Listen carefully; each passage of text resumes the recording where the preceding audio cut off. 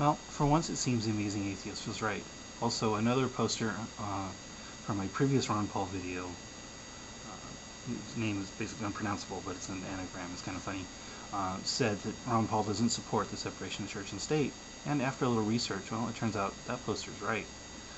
As an atheist, I can no longer in good conscience support Ron Paul. It seems Dr. Paul's message of personal liberty is meant only for Christians.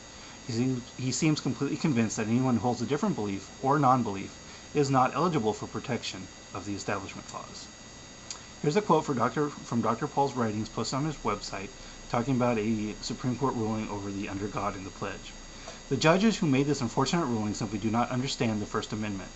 It does not bar religious expression in public settings or anywhere else. I think it is Dr. Paul who does not understand the First Amendment. Nowhere is the court prohibiting religious expression, personal religious expression.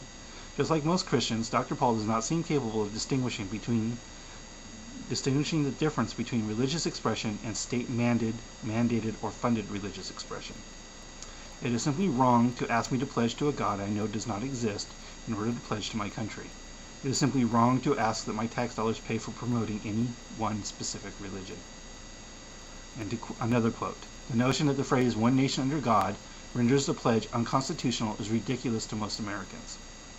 Last time I checked, Dr. Paul, the Bill of Rights was created to explicitly protect the minority from the tyranny of the majority. What most Americans consider ridiculous is irrelevant when it comes to the letter of the law and the correct moral stance. 100 years ago, most Americans thought it was ridiculous for a black person and a white person to marry. Here's another quote. It is only in the last 50 years that the federal courts have perverted the meaning of the amendment." This one just really, really angers me. Dr. Paul seems to completely forget that the under God part has only been in the pledge for the last 50 years. The under God in the pledge and in God we trust on the paper money are both products of a communist-fearing 50s and not any real Christian foundation for America. Dr. Paul also denies the existence of any separation between church and state. Similarly, the mythical separation of church and state doctrine has no historical or constitutional basis.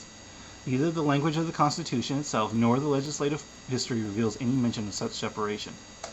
Dr. Paul simply chooses to ignore Thomas Jefferson's writings where he implicitly states the need for separation of church and state.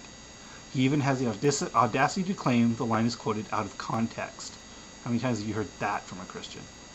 And the real meaning of the Establishment Clause is to mean that the government only needs to stay out of the bickering between Christian denominations. This is a quote. This is a quote from Dr. Paul on the floor of Congress. Jefferson simply reassures the Baptists that the First Amendment would preclude any intrusion by the federal government into religious matters between denominations. I'm dumbfounded. Dr. Paul is basically saying if you're not a Christian, the Establishment Clause does not apply to you. I can only conclude that Dr. Paul is another sad case where religion has distorted and twisted an otherwise intelligent man.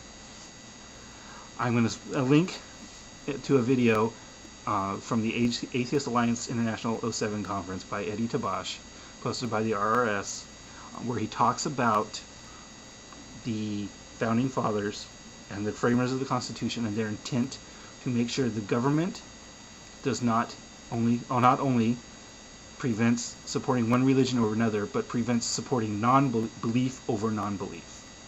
It is a great video, and I would highly recommend everyone who is concerned about the separation of church and state to pay attention. So that doesn't really leave anyone left for president as far as I'm concerned, so I guess my vote goes to Mickey Mouse next year. Thanks.